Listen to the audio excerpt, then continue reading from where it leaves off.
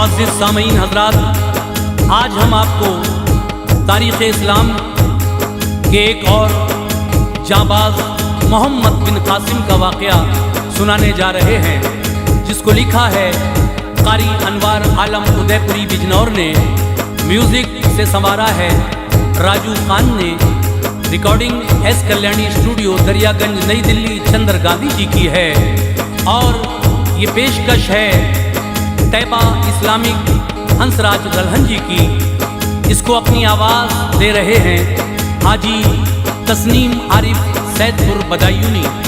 लीजिए सामीन, किस तरह से मोहम्मद बिन कासिम हिंदुस्तान में आते हैं। ये उस वक्त की बात है जब हिंदुस्तान में राजा दाहिर और राजा धरसिया की हुकूमत थी। तो देखिए किस तरह से मोहम्मद बिन कासिम ने हिंदुस्तान में आकर राजा दाहिर को परास्त किया, यानी हराया, और फिर सिंध पर अपनी हुकूमत कायम की।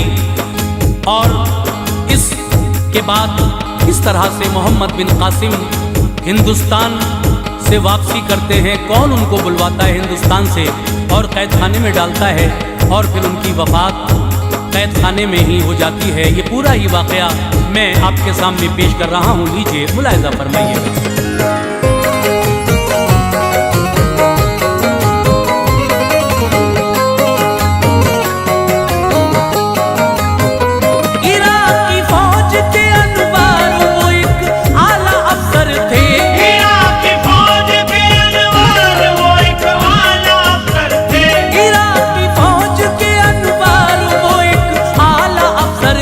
मोहम्मद इब्ने कासिम जंगजू थे और दिलावर थे।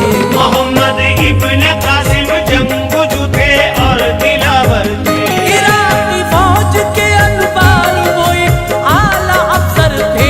इराकी फौज के अनवार वो एक आला अफसर थे।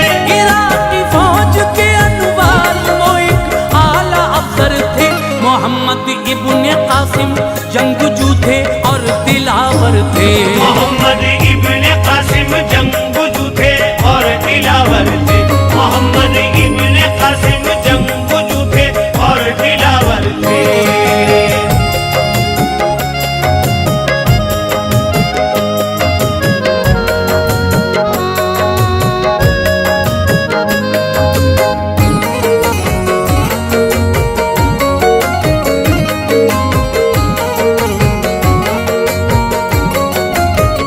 उमैया खानदान की शाख थे, उसमें हुए पैदा थे ये कासिम के बेटे और मोहम्मद नाम था इनका। उम्र थी 5 साला, जिंदगी पर ये सितम टूटा। अचानक बाप दुनिया से गए, उनका उठा साया। जो ताइफ की जमीन थी बस वहीं जाए विलादत थी। गए वालिद तो मुरझाई हुई हर एक हसरत थी। भतीजे आप थे हज्जाज बिन यूसुफ गवर्नर के।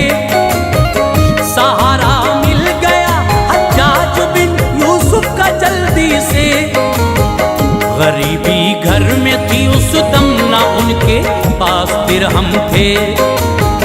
के मजबूरी और लाचारी ने ये तोहफे उन्हें बख्शे।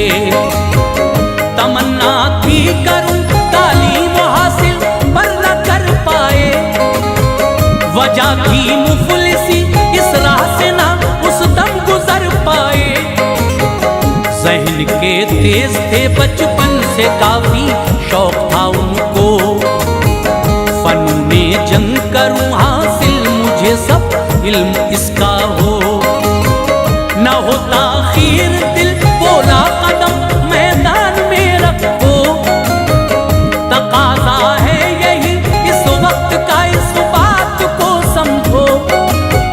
बसर होती थी मुश्किल से, गरीबी दिल दुखाती थी। बसर होती थी मुश्किल से, गरीबी दिल दुखाती थी। बसर होती थी मुश्किल से, गरीबी दिल दुखाती थी। कभी फाके कभी सूखे हुए टुकड़े टुकड़े खिलाती थी। कभी पाके कभी सूखे हुए टुकड़े खिलाती थी, कभी पाके कभी सूखे हुए टुकड़े खिलाती थी।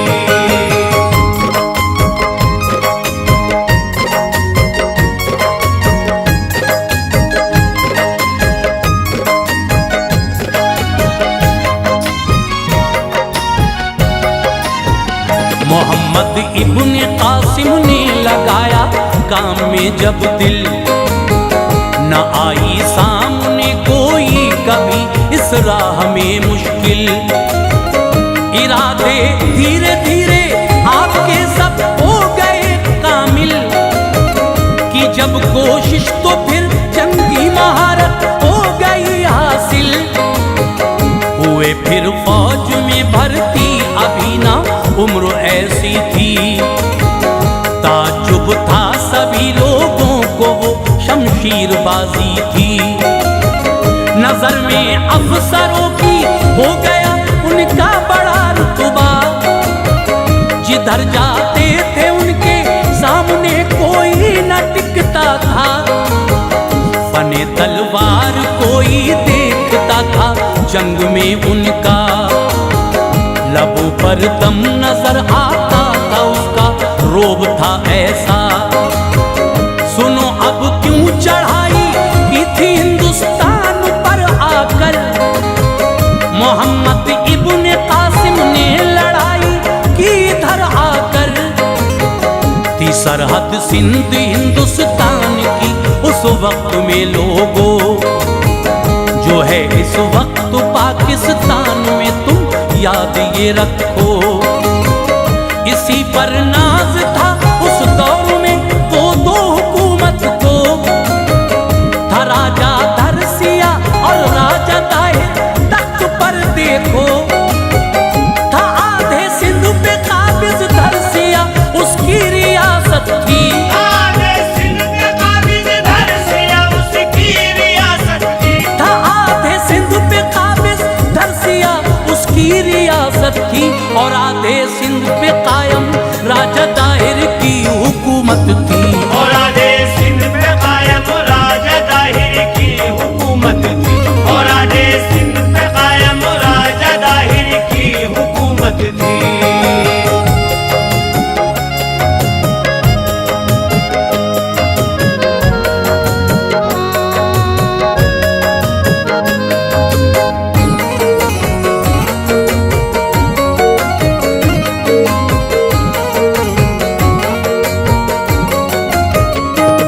लाड़ी थी एक दोनों की बेहद खूबसूरत थी, कि अपनी बहन की यूं राजा ताहिर को जरूरत थी। हर एक पंडित का ये कहना था ये तकदीर वाली है। मुकद्दर इसका ऊंचा है, नसीरत इसकी काली है। ब्याही जाएगी जिससे हुकूमत वो करेगा बस। शहंशाह बन के पूरे सिंध पे वो काबिज रहेगा बस। यकीन उन पंडितों की बात पर था राजा ताहिर को। चढ़ा एक रोज फिर शैतान ऐसा राजा ताहिर को। ये सोचा मैं शहंशाह हूं न इसमें शान जाएगी। मैं शादी कर लूं लाड़ी से, हुकूमत हाथ आएगी। बड़ा कम ज़र्फ था शर्मो हया सुए जुदा डाली। हुकूमत के लिए एक बहन पे नजरे दगा डाली।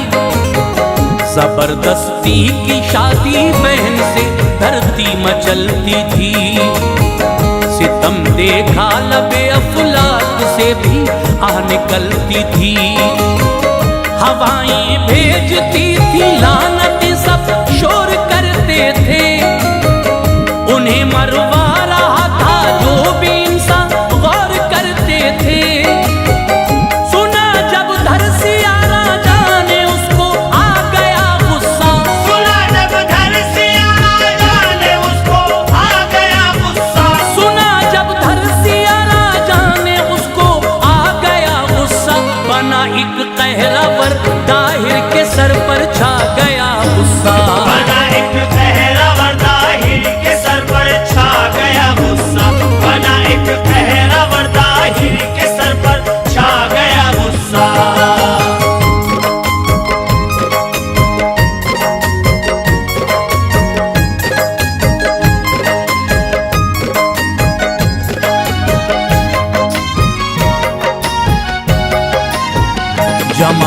सी फौज राजा धरसिया ने उससे लड़ने को थे शामिल, फौज में जो जंगजू थे उससे लड़ने को। चढ़ाई करता इससे पहले रुख किस्मत ने मोड़ा था, अचानक धरसिया की जिंदगी ने साथ छोड़ा था। हुई चेचक की बीमारी तो एक दिन मर गया राजा, हुआ ताहिर बहुत खुश जब के ना जिंदा रहा राजा। हुकूमत हाथ आई सिंध पे कब्जा हुआ उसका, के पूरे सिंध पे आगे राज बस चलता रहा उसका। बड़ा मक्कार था वो, बेकसों पर जुल्म ढाता था, उसे वो कत्ल कर देता जो अपना सर उठाता था। उन्हीं अय्याम में एक रोज लंका के गवर्नर ने इराकी बादशाह को तोहफे कुछ भेजे थे अफसर ने। भरा था जहाज तोहफों से, उनमें औरतें भी थीं, मुसलमान थीं वो सारी औरतें, कुछ लड़कियां भी थीं। चला पानी पे चलकर सिंध के वो साहिल पे जब आया, अचानक डाकुओं ने कर दिया हमला, गजब आया। सभी तोहफों को लूटा, औरतें भी लुट गई सारी, सभी तोहफों को लूटा, औरतें भी लुट गई सारी। सभी तोहफों को लूटा, औरतें भी लुट गई सारी। गले मर्दों के काटे, हसरत दिल मिट गई सारी। गले मर्दों के काटे, हसरत दिल मिट गई सारी। गले मर्दों के काटे, हसरत दिल मिट गई सारी।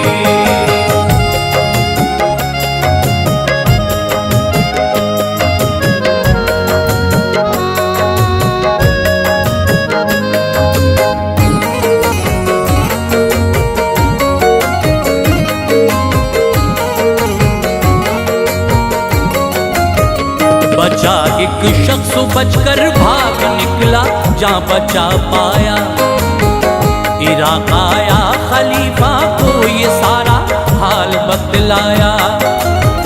सुना हज्जाज बिन यूसुफ ने तो गुस्सा बहुत आया, लिखा खत राजा ताहिर को खलीफा ने ये फरमाया। हमारा जो हुआ नुकसान वो पूरा करो जल्दी, न हो ज़हमत तुम्हें राजा तो तुम मुझसे मिलो जल्दी।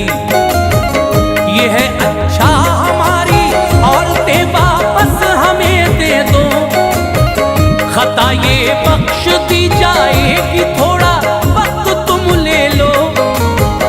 मिला खत राजा ताहिर को तो उसके चढ़ गए तेवर, तकब्बुर उसने दिखलाया बुलंदी पर हुए तेवर।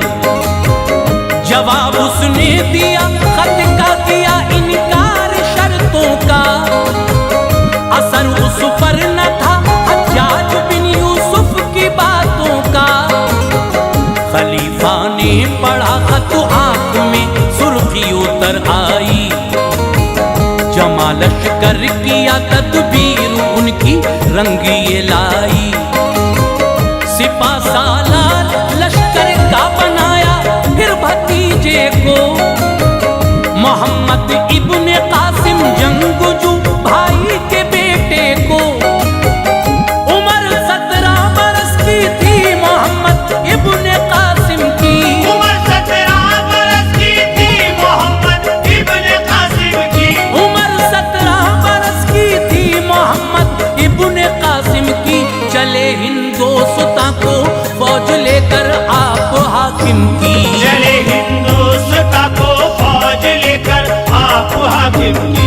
चले हिंदोस्तां को फौज लेकर आप हाकिम की।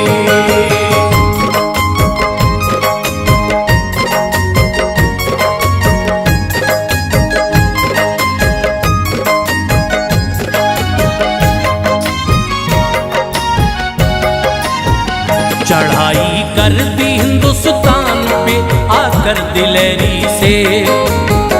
इधर से राजा ताहिर और उधर से इब्ने कासिम थे।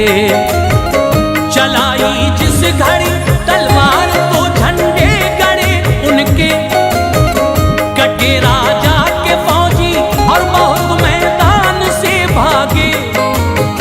मोहम्मद इब्ने कासिम की जिधर तलवार चल जाती, उधर ही फौजियों को मौत छू छू कर निकल जाती। किया फिर आखिरी हमला निराली, उसमें तेजी थी। इसी हमले में राजा मर गया, अल्लाह की मर्जी थी। हुआ जब कत्ल ताहिर फौज ने हथियार डाले थे। मोहम्मद इब्ने कासिम ने सभी अरमान निकाले थे। खुशी हासिल हुई थी, आपको रब ने बता दी थी। मोहम्मद इब्ने कासिम के लबों पर हम्द रब की थी। सजा पाई थी अपने जुल्म की ताहिर सितमगर ने। बहन बीवी बनाकर रखी इस बदजात बदतर ने। बढ़े आगे मोहम्मद इब्ने कासिम शान शौकत से, फतह करते हुए फिर चंद किलों को रब की रहमत से। खुदा ने दे दिया सिंध आपको फिर अपनी मर्जी से। खुदा ने दे दिया सिंध आपको फिर अपनी मर्जी से। खुदा ने दे दिया सिंध आपको फिर अपनी मर्जी से। बने सुल्तान पूरे सिंध के वो फजले इलाही से। बने सुल्तान पूरे सिंध के वो फजले इलाही से। बने सुल्तान पूरे सिंध के वो फजले इलाही से।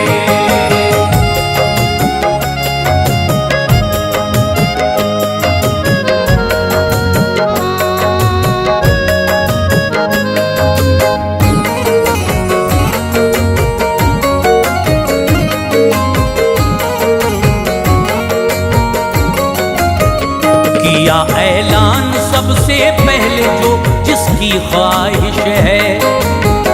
रहे सब अपनी मर्जी से, न कोई आजमाइश है।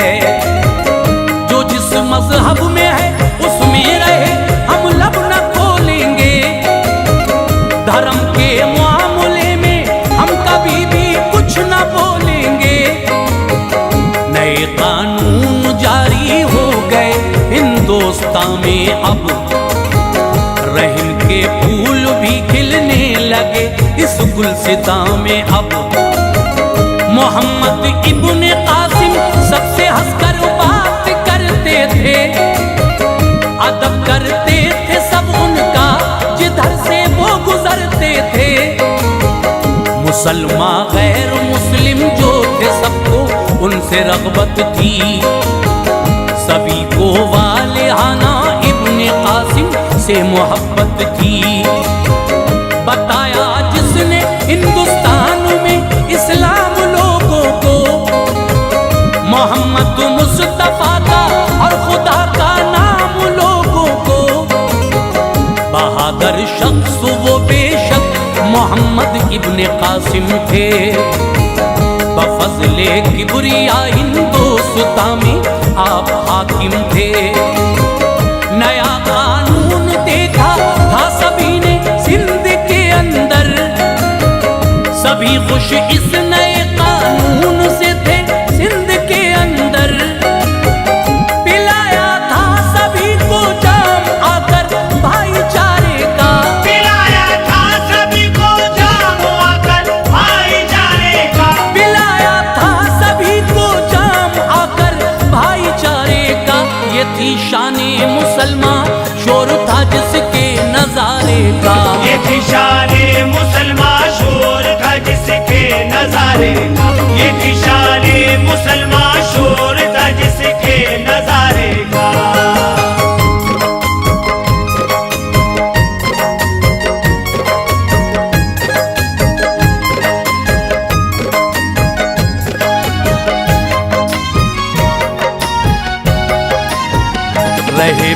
4 सालों तक यहाँ वो वक्त भी आया।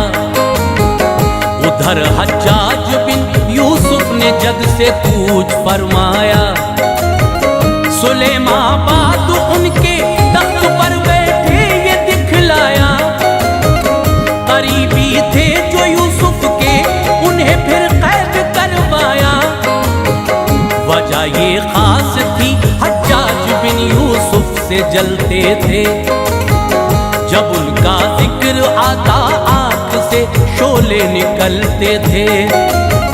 मोहम्मद इब्न कासिम भी करीबी थे, भतीजे थे वो दामाद भी यूसुफ के और भाई के बेटे थे। उन्हें बुलवा लिया फिर सिंध से और कैद में डाला। वो सख्ती की के दम घुटने लगा उस जेल में उनका। बिलाखिर एक दिन आया मोहम्मद इब्ने कासिम ने, विदाई ली जहां से जुल्म सहकर सिंध के हाकिम ने। ये थी वो दास्तां जिसने सुकूने कल्ब बख्शा है। मोहम्मद इब्ने कासिम का अभी भी नाम जिंदा है।